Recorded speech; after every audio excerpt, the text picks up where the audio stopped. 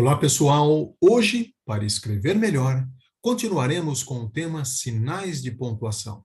E, por conta da complexidade da pontuação, nós estamos aqui vendo esse tema em duas partes. Já vimos a parte 1 e agora veremos a parte 2, sinais de pontuação. Lembrando que a pontuação tem um papel fundamental tanto na escrita quanto para a leitura, já que a pontuação organiza melhor os temas e está diretamente relacionada à estruturação das frases, ao sentido, porque dependendo da pontuação, o sentido pode mudar, e também a entonação e as pausas. E, como sempre aqui dizemos, é impossível escrever bem sem dominar a pontuação. E aqui nós estamos apresentando e debatendo esses sinais de pontuação. Aqui há vários outros sinais, mas estamos aqui tratando dos principais. Ponto e vírgula, dois pontos, ponto de interrogação. Esses são os sinais que foram vistos no vídeo 1, na parte 1. Agora, neste vídeo, que é o vídeo 2, nós veremos ponto de exclamação, reticências, aspas, parênteses e travessão. Começando pelo ponto de exclamação. Ponto de exclamação, né, que é esse sinal, ele serve para expressar algum sentimento, como de espanto, de alegria e etc. Como nos exemplos. Que dia lindo! Uau! Que emocionante! Cale-se! Bom dia! Então, quando eu expresso dessa maneira, para dar ênfase naquilo que eu estou dizendo, para expressar algum sentimento, seja negativo, seja positivo, eu sempre faço uso desse sinal, o ponto de exclamação. Reticências. Reticências que é essa sequência aí de 3 pontos.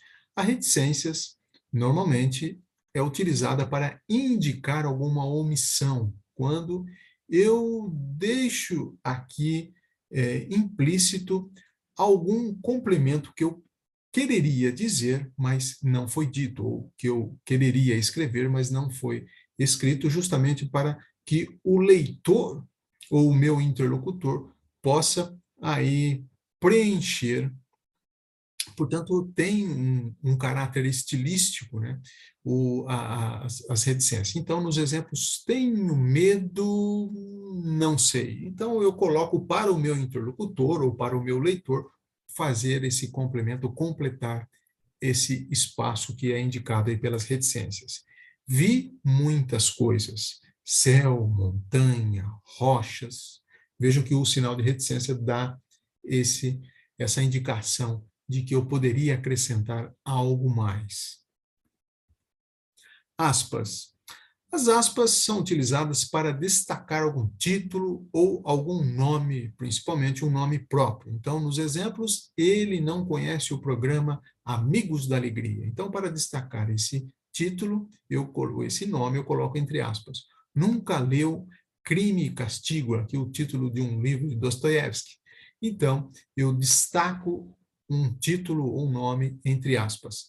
As aspas também são utilizadas para destacar alguma palavra ou expressão de sentido especial, né? Normalmente, aí um sentido pejorativo ou até mesmo metafórico. Ninguém sabe que ele é o melhor, aqui sendo irônico, né? Ou ele é o dono da escola, também no uso pejorativo. Então, quando eu quero destacar algum sentido, eu faço uso também das aspas aí em alguma palavra ou expressão.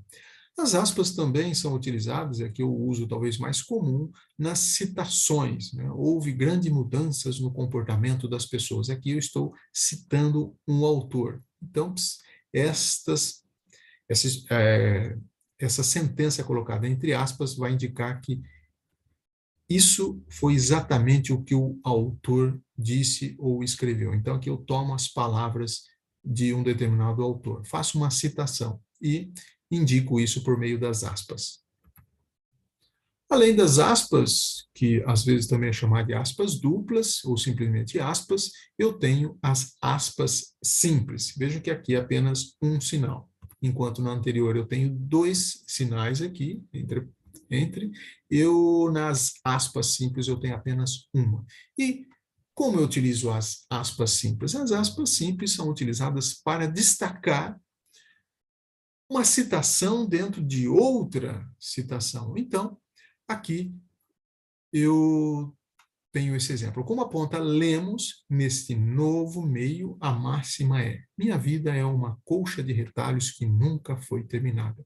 Veja que eu coloquei, entre aspas, uma citação. E, dentro dessa citação, eu tenho uma aspas simples. O que isso significa? Significa que no texto original de Lemos, havia nesse trecho havia aspas.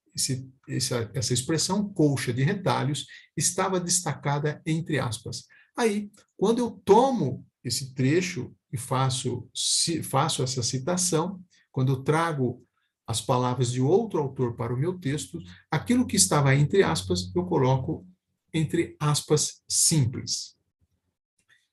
Isso funciona dessa maneira, para destacar algo que já estava, entre aspas, originalmente. E outro detalhe importante é que quando eu faço uso das aspas, eu não preciso colocar o texto em itálico, a citação em itálico, porque se eu o faço, eu estarei sendo redundante. Porque se eu já trago um trecho, um texto de outrem, se eu trago uma citação de algum autor, se eu faço entre itálico, se eu coloco a escrita em itálico, eu estou destacando o texto. Então, se eu coloco as aspas, depois o itálico, eu estarei destacando esse texto duas vezes. Então, basta colocar simplesmente entre aspas, sem itálico, com a letra normal. Então, não faça uso do itálico se fizer uso das aspas. Parênteses. Os parênteses servem para acrescentar alguma informação ao texto, né, como siglas, datas e informações gerais. Nos exemplos, a Universidade de São Paulo é referência em pesquisa. Então, aqui eu coloco entre aspas a sigla dessa instituição. Eu também posso colocar uma data, acrescentando uma informação. Na Segunda Guerra Mundial, vejam que aqui eu coloco a data em que ela ocorreu, também uma informação aí adicional colocada no texto.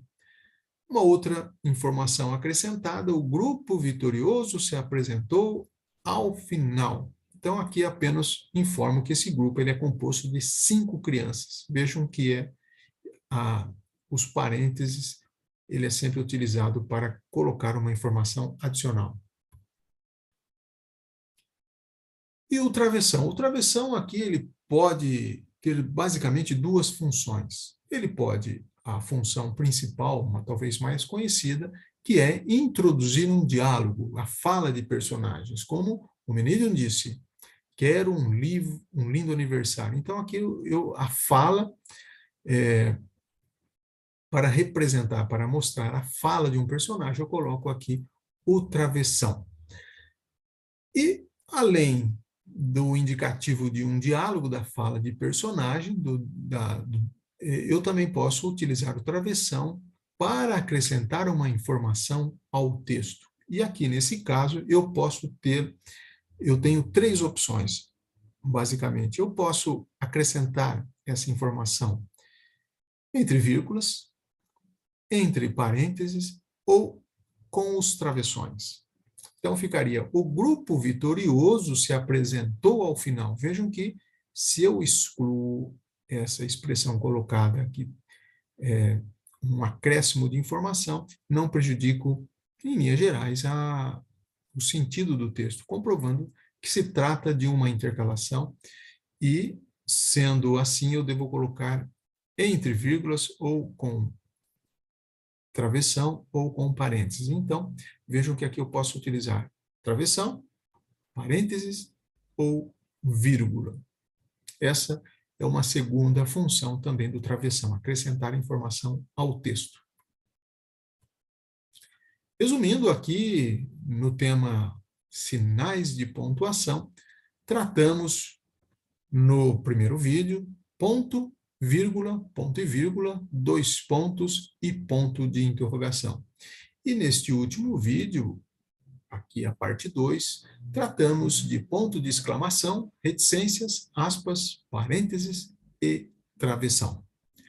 É isso. E bons estudos.